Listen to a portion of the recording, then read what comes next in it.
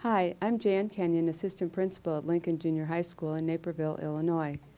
Our namesake, Abraham Lincoln, was born on February 12, 1809.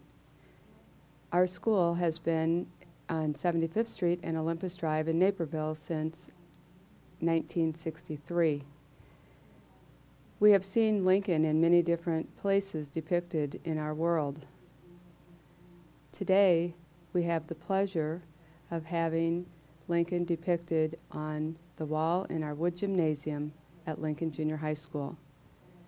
It is my pleasure to have with me Mr. Tim Etters, local artist, nationally recognized for doing murals in over 100 schools, and to date he has done approximately 220 murals.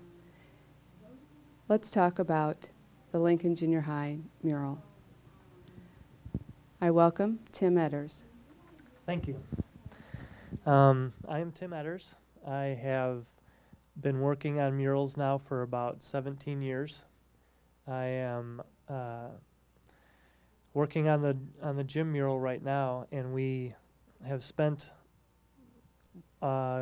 serious time designing the mural and putting together the concept for the final outcome.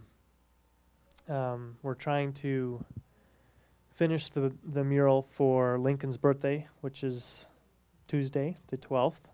We're trying to have a dedication set up for that day.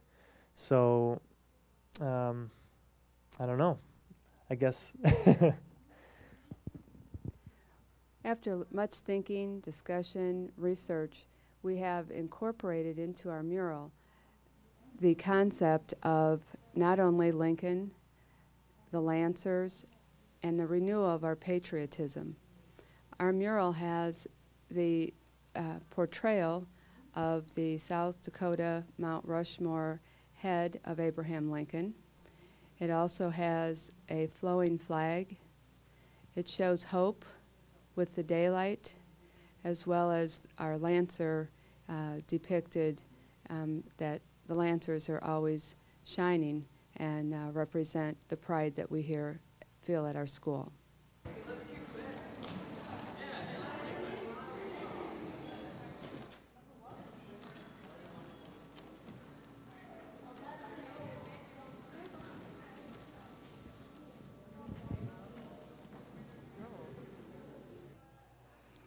What kind of tools do you use to paint your murals?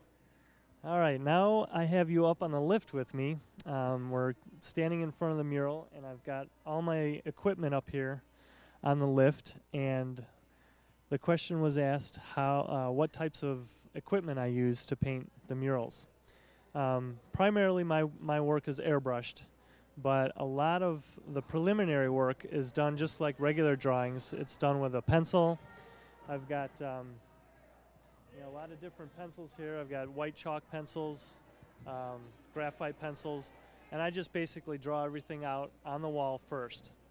From that stage, I go ahead and lay things out the way I need them with the airbrush and start kind of blocking areas in. Earlier you saw the picture of Abe Lincoln.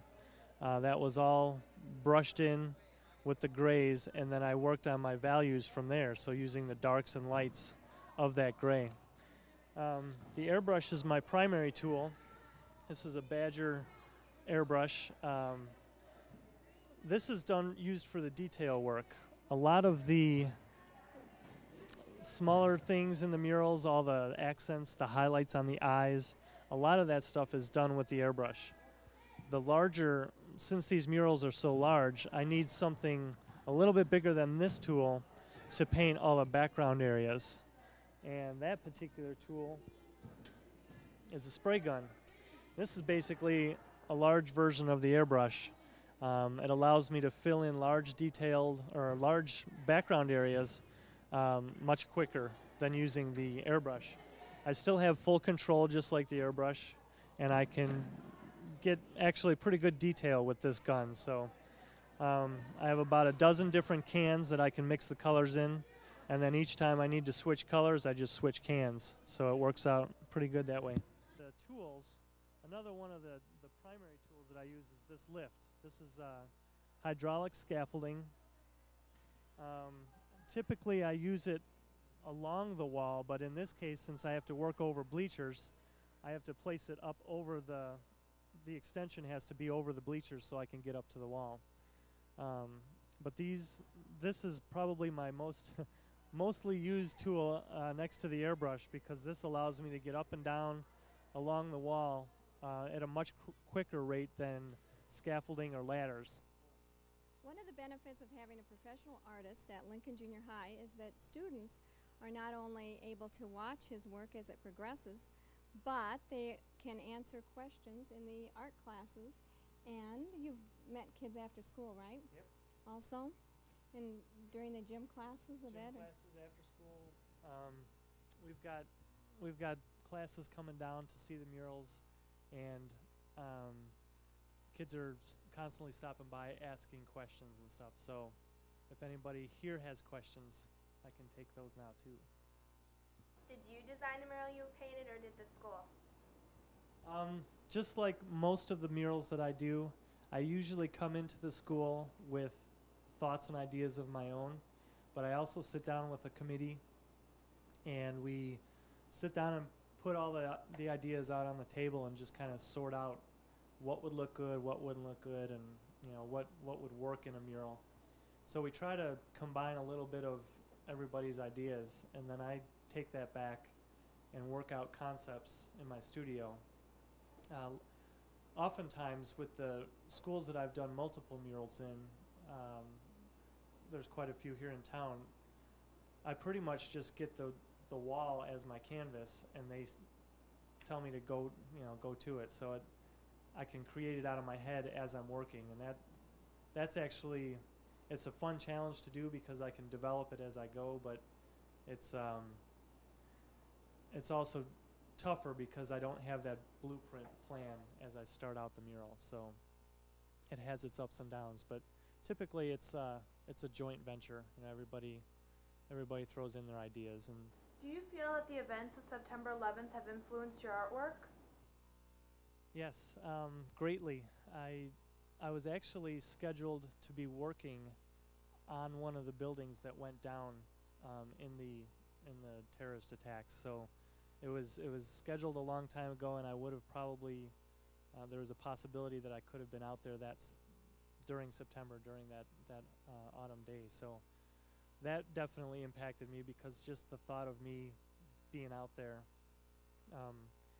kind of hit home. But at the same time, I'm a extremely patriotic person, and we were raised in our family to be very respectful of our country and our past and everything. And when the attacks hit, I would say for a good few months, a lot of my work took a different direction. And I think every mural that I've done since the attacks, I have enclosed or included an American flag in the murals. Invite everybody to come on in and visit the mural and see it in its finished stage.